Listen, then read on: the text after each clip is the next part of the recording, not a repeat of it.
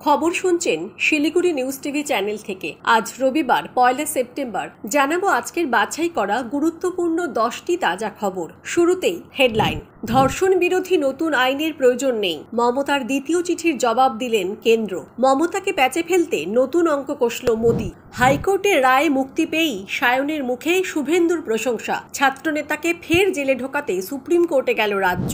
শিক্ষক দিবসে রাজ্যের 16 লক্ষ ছাত্রছাত্রীকে মোবাইল বা ট্যাব কেনার অর্থ দেবে রাজ্য সরকার। মিলে গিয়েছে ডিএনএ। সঞ্জয় একাই ধর্ষণ করেছে মহিলা চিকিৎসককে। কতটা সত্যি? বিফ খেয়েছিস? হরিয়ানায় বাঙালি পরিযায়ী শ্রমিককে পিটিয়ে খুন। বাড়ল না গোপালিকার মেয়াদ। রাজ্যের নতুন মুখ্য সচিব হলেন মনোজ পন্থ। উত্তরপত্রে স্লোগান লিখলেই বাতিল পরীক্ষা। আরজিকর আবহে উচ্চ মাধ্যমিকে নয়া নিয়ম সংসদের। আজকের খবরগুলো বিশেষ গুরুত্বপূর্ণ, তাই খবরগুলো মন দিয়ে শুনুন এবং প্রতিদিন সঠিক খবর নিয়মিত শোনার জন্য শিলিগুড়ি নিউজ টিভি চ্যানেলটিকে সাবস্ক্রাইব করুন। আসছি বিস্তারিত খবরে। ধর্ষণ এবং খুন সংক্রান্ত জঘন্য অপরাধের ক্ষেত্রে ভারতীয় ন্যায় সংহিতায় করা আইনের কথাই উল্লেখ করা আছে, তাই নতুন করে আইন আনার প্রয়োজনীয়তা নেই। ঠিক এই ভাষাতেই মুখ্যমন্ত্রীর পাঠানো দ্বিতীয় চিঠির জবাব দিল কেন্দ্র। আরজিকর কাণ্ডের পর থেকেই নারী নিরাপত্তা নিয়ে উত্তাল রাজ্য থেকে দেশ।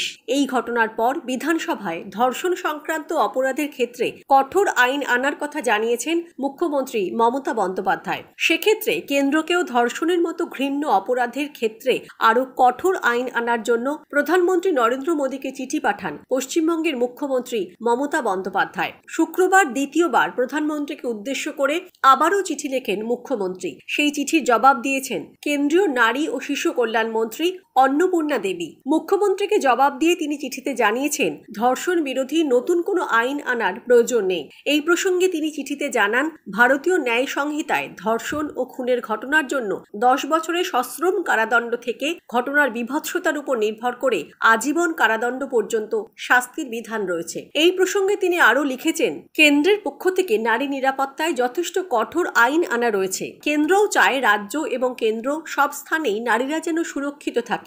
এই ধরনের অপরাধের ক্ষেত্রে অপরাধীরা যেন শাস্তি পায় এবং নির্যাতিতার পরিবার যেন সঠিক ন্যায় বিচার পায় তা সুনিশ্চিত করা। এছাড়াও কেন্দ্রীয় মন্ত্রকের তরফ থেকে চিঠিতে উল্লেখ করা হয়, কেন্দ্রীয় সরকার নারীদের বিরুদ্ধে কোনো ধরনের হিংস্রতা বরদাস্ত করবে না। তাদের জন্য একটি সুস্থ, স্বাভাবিক, সুরক্ষিত এবং লিঙ্গ নিরপেক্ষ সমাজ করতে কেন্দ্রীয় সরকার বদ্ধপরিকর। এই প্রসঙ্গে রাজ্যের মুখ্যমন্ত্রী তথা তৃণমূল সুপ্রিমো মমতা বন্দ্যোপাধ্যায় এক্স হ্যান্ডেলে লেখেন, এখনো পর্যন্ত এই রকম স্পর্শকাতর বিষয়ে কোনো উত্তর পায়নি।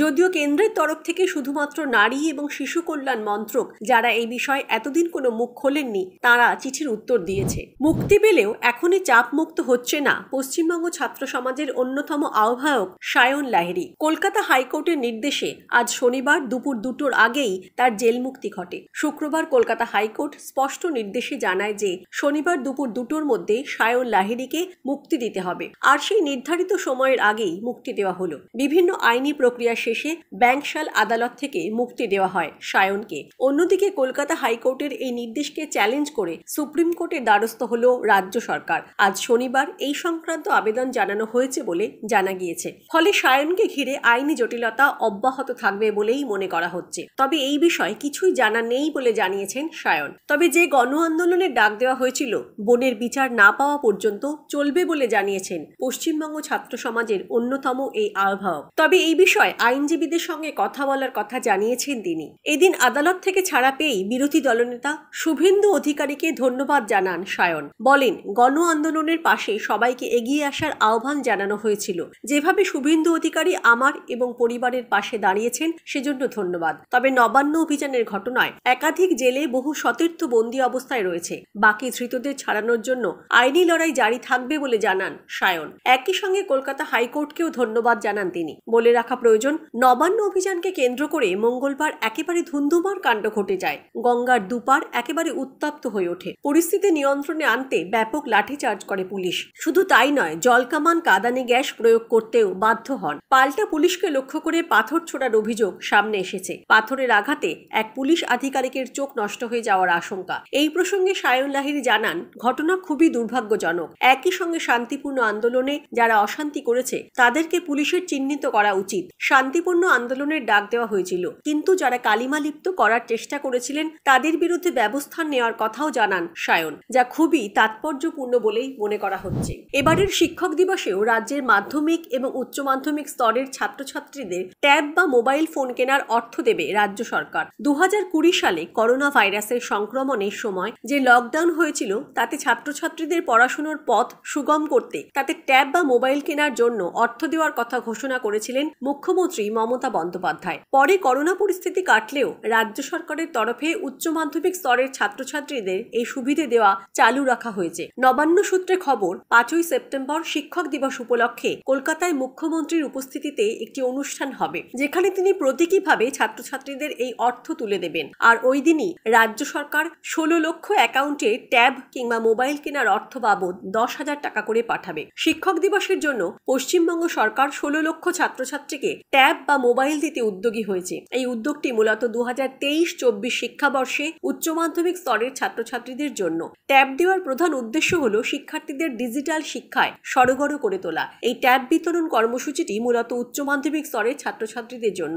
একাদশ এবং দ্বাদশ শ্রেণীর ছাত্রছাত্রীদের এই অর্থ দেওয়া হচ্ছে। এর মধ্যে সরকারি এবং সরকার পোষিত স্কুলের ছাত্রছাত্রীরা অন্তর্ভুক্ত। পাশাপাশি মাদ্রাসা এবং সংখ্যালঘু বিদ্যালয়ের ছাত্রছাত্রীদেরও এই সুবিধা দেওয়া হয়েছে। শিক্ষা দপ্তরের এক আধিকারিক জানিয়েছেন, বর্তমান প্রজন্মকে ডিজিটাল শিক্ষায় শিক্ষিত করতে চান মুখ্যমন্ত্রী, তাই তিনি রাজ্য সরকারের তরফে এই উদ্যোগ চালিয়ে যাওয়ার সিদ্ধান্ত নিয়েছেন। প্রিয় দর্শকবৃন্দ, ধন্যবাদ 1 লক্ষ পরিবারের সদস্য হয়ে ওঠার জন্য।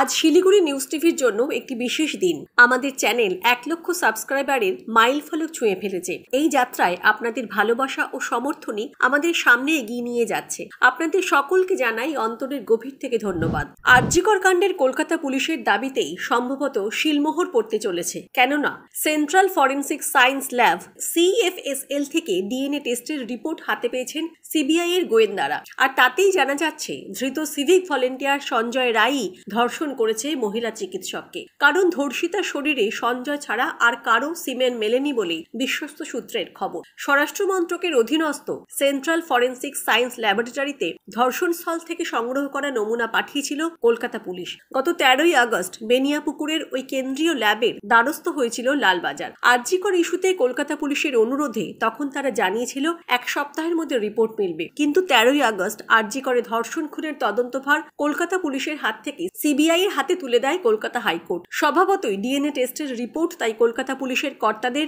সম্মতির ভিত্তিতে বর্তমানে তদন্তের দায়িত্বে থাকা সিবিআইকে হস্তান্তর করেছে সেন্ট্রাল ল্যাব। তার থেকেই স্পষ্ট হচ্ছে মর্মান্তিক ধর্ষণে সঞ্জয়ের ভূমিকা। কিভাবে হয়েছে এই ডিএনএ টেস্ট? ময়নাতদন্তের সময় খুন হওয়া চিকিৎসকের দেহ থেকে নমুনা সংগ্রহ করা হয়েছিল। পাশাপাশি ঘটনার রাতে ধৃত সঞ্জয়ের পোশাক, সেমিনার রুমের নীল রঙের বিছানার চাদর, লাল রঙের 2টি কম্বল এবং ঘটনাস্থল থেকে বাজেয়াপ্ত একগুচ্ছ চুলের নমুনা সবই ডিএনএ টেস্টের জন্য পাঠানো হয়েছিল সেন্ট্রাল ল্যাবে। তা বিশ্লেষণ করেই ধর্ষক হিসেবে সঞ্জয়কেই চিহ্নিত করেছেন সেন্ট্রাল ফরেন্সিক সায়েন্স ল্যাবের বিজ্ঞানীরা।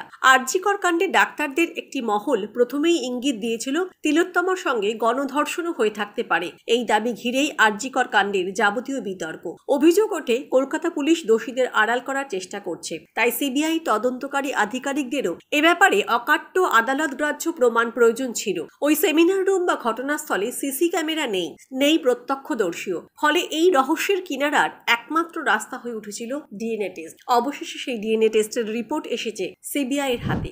বিফ খাওয়ার সন্দেহে এক পরিযায়ী শ্রমিককে পিটিয়ে মারা হলো। 27শে আগস্ট ঘটনাটি ঘটেছে হরিয়ানার চরখি দাদরি জেলায়। মৃত শ্রমিকের নাম সাবির, তিনি বাংলার বাসিন্দা।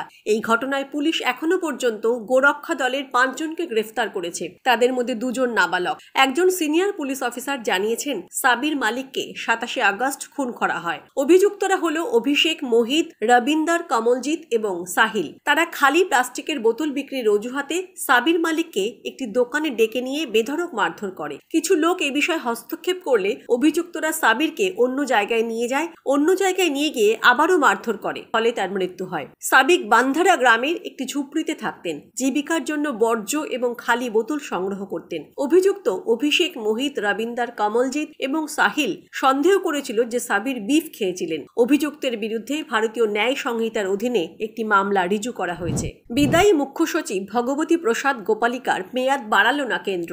রাজ্যের মুখ্য সচিব হলেন মনোজ পন্থ। নবান্ন থেকে এক বিজ্ঞপ্তি প্রকাশ করে আজ তা জানিয়ে দেওয়া হয়। আজই মেয়াদ শেষ হয়েছে গোপালিকার। উল্লেখ্য, গত 31শে মে মুখ্য সচিব পদের মেয়াদ শেষ হয়ে যায় গোপালিকার। সেই সময় তার মেয়াদ 3 মাস বাড়ানোর জন্য কেন্দ্রের কাছে আবেদন করে রাজ্য সরকার। কেন্দ্র সেই আবেদন মঞ্জুর করে। এবার আর গোপালিকার মেয়াদ বৃদ্ধির আবেদন মঞ্জুর করল না কেন্দ্র। শুক্রবারই নবান্নের তরফে জানা গিয়েছিল হয়তো গোপালিকার মেয়াদ বৃদ্ধি করতে নাও পারে কেন্দ্র।